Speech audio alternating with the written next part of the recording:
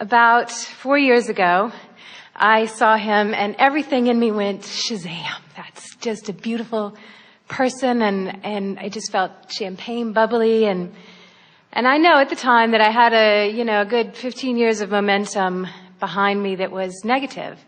And he manifested right out of my experience sort of as soon as he came in, before I got a chance to know him or he got a chance to know me. And then we talked about it, you and I, and we talked about how you shouldn't get caught up on the form, and if thinking upon a person specifically caused negative feelings, then you should back off and think about the essence and what you liked about them and those kind of thoughts. So I tried that for a while.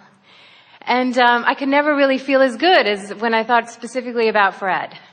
And then I judged myself for a long time, and I thought, I'm just not doing it right. And then about a year ago, I said, screw it, I'm just going to think of Fred. And I'm going to think of him in all the loving ways that I can imagine. And so I did that for a year, and it was wonderful.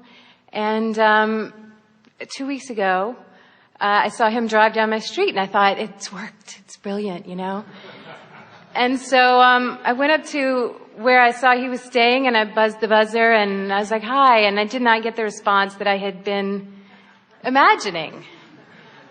In fact, it was very, weird. And then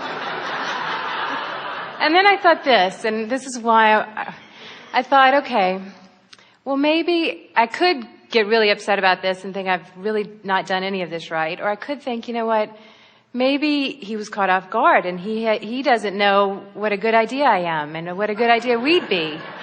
And so that made me feel better.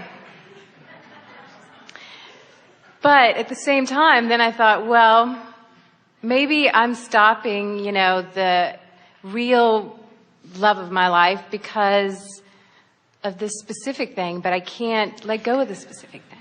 Well, the most important question that we want to put to you is, at what point did you decide to, instead of working it out vibrationally, to jump in with action? In other words, why was the action so compelling? To go up to the buzzer that day, or? Because you were creating it in thought. Yes. You'd been sort of working it around, and you'd finally found a way to relax. In other words, you've been working on this for a while, and some was not comfortable, and some thoughts were more comfortable, and some thoughts were less comfortable, and some thought. But you brought yourself into quite a place of comfort. And as you got yourself into quite a place of comfort, then you began seeing some evidence of your motion forward. And then, rather than letting the stream continue to carry you to the fruition that you're looking for, you must have lost faith in the stream's ability to take you where you wanted to go, and you decided to go ring the buzzer. In other words, so this is just our way of saying to you, you don't have the timing that the universe has. So now you want to say, well, is the universe really taking me to Fred? And we say, if you can trust that the universe knows all the good stuff you got from Fred, and all the good stuff you got from John, and all the good stuff you got from Jim, and all the good stuff you got. If you would accept that you've been sifting through the sands of men for quite a very long time, and that you have created a magnificent relationship of which Fred is a part, but not all-inclusive. In other words, there's stuff that Fred has that's really active and dominant in Fred that is nowhere a vibrational match to what's going on in your vibrational escrow. So meanwhile, the universe knows full well what you want and knows where all of it is and is calling you toward it and giving you evidence that you are focusing well. But all of a sudden, you want to jump in with both feet and with all of your action and go ring Fred's doorbell, and the universe is saying, wrong doorbell, wrong doorbell, wrong doorbell, okay, wrong doorbell. This is the idea on that. I want to go, well, if Fred's not right for me, shouldn't I get to have some experience with Fred and then go, okay, no, thank you, Fred? Why does the universe get to say, Fred's not yours?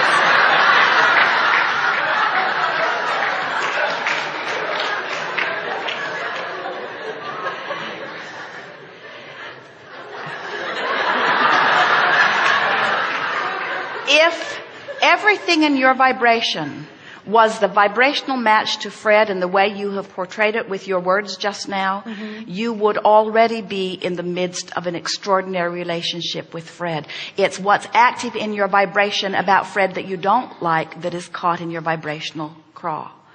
And we want you to step back from the person called Fred, whose real name shall be left nameless to protect the innocent.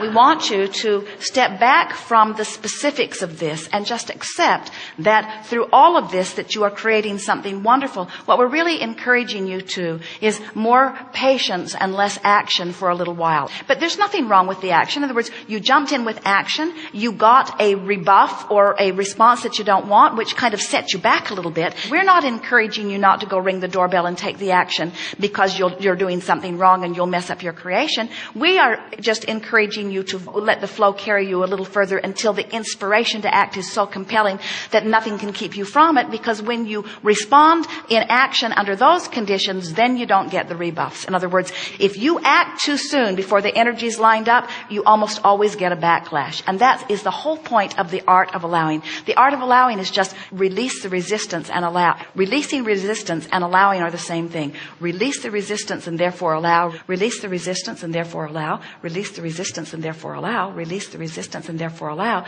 And as a stream begins to carry you, the ideas that then occur to you always bring you the results that you are wanting.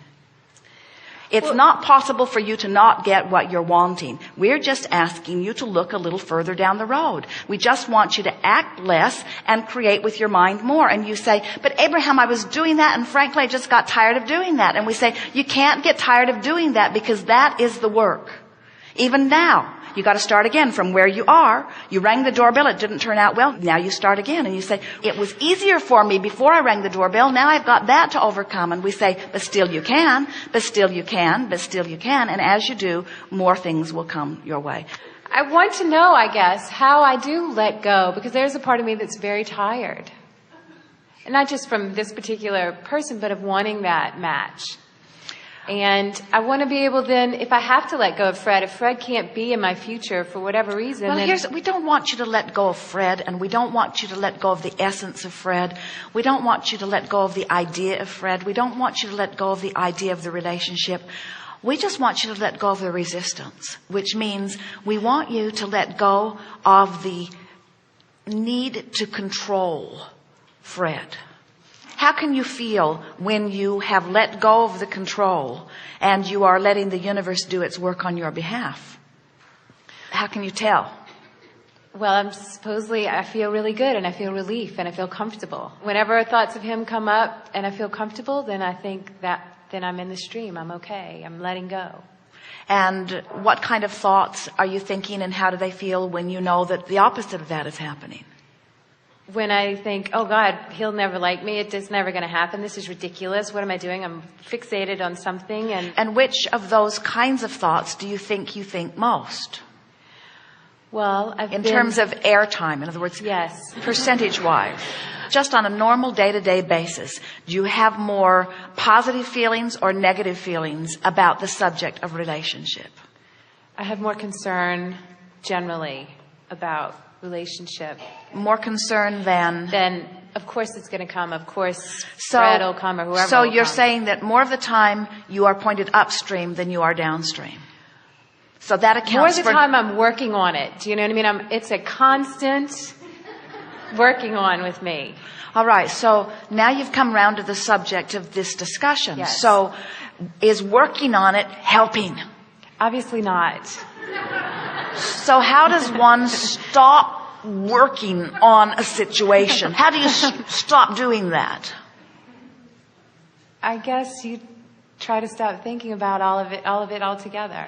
Well, what you do is you let your desire for relief be more important for now than your desire for Fred. Mm-hmm. Because both of them are in the same direction. Right. And that's why when you say, I'm just weary of this, we say, well, that's a very good sign.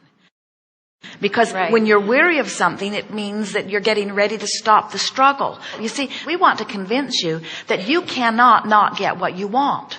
Right. But you can prolong it by struggling against the current. And so the reason that we're belaboring this with you is because we want everybody to stop for a little bit and identify what are your reasons for pushing against things.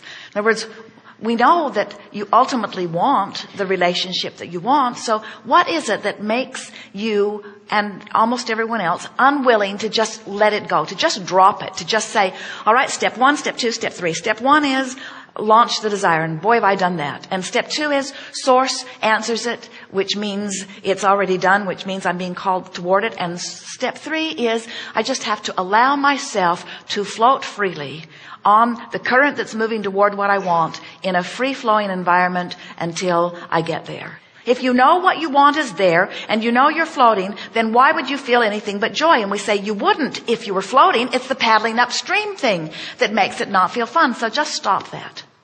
We would encourage you to get off the subject for a while, find some other things that are important to you. Don't belabor it. Don't keep working at it. Don't keep up the struggle. Mm-hmm. You see, every subject is really 2 subjects, what is wanted and lack of it. And it's a fine line when you activate a subject of your desire to activate it with the flow or against the flow. And if your habit is to worry about it, then every time you activate it, you're going to worry about it. So you've got to find some way of disengaging from that need to do something about it. We don't want you to give up on your goal or give up on your desire. In fact, we know you can't. You cannot be less than life has caused you to become. But you can allow yourself to go toward it, or you can keep yourself from going toward it, and you can tell in the moment of the discussion which you are doing. So now, give us some reassuring words that let us know that you are able to release the struggle and go with the flow. I very much want to believe that I can look upon something and say I want that and not get wound up about it and not get tensed about it. I want to be able to create specifically one day. I want to figure out how I can create specifically and be letting go at the same time. That's the question of the day. In fact, it's the question of this workshop. In fact, it's the question of creating. It's the best question we've ever heard. How do I find my place within this? If the universe is orchestrating and if I am deciding through the deciphering, then how do I know when I'm getting in my own way? And we say tension starts to come over you. How do I know when I've gotten out of the way? I start to feel more relaxed. How do I feel when I'm hindering it?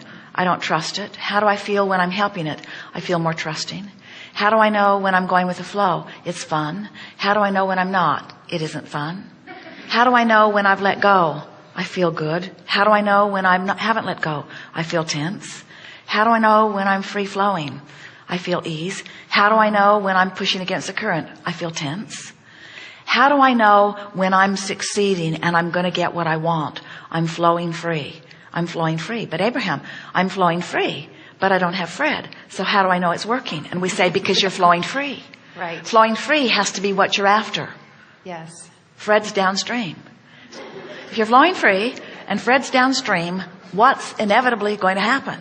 I'll run into him. You will. And when you do, it won't be something that you've orchestrated in a way. It won't be false. It won't be contrived. It won't be manipulative. It will be a rendezvous that flowing streams have orchestrated. And when it happens, and I come into contact, and I recognize and I see through the way that I feel the perfection of this relationship, I won't say, are you Fred? Because it won't matter. Right.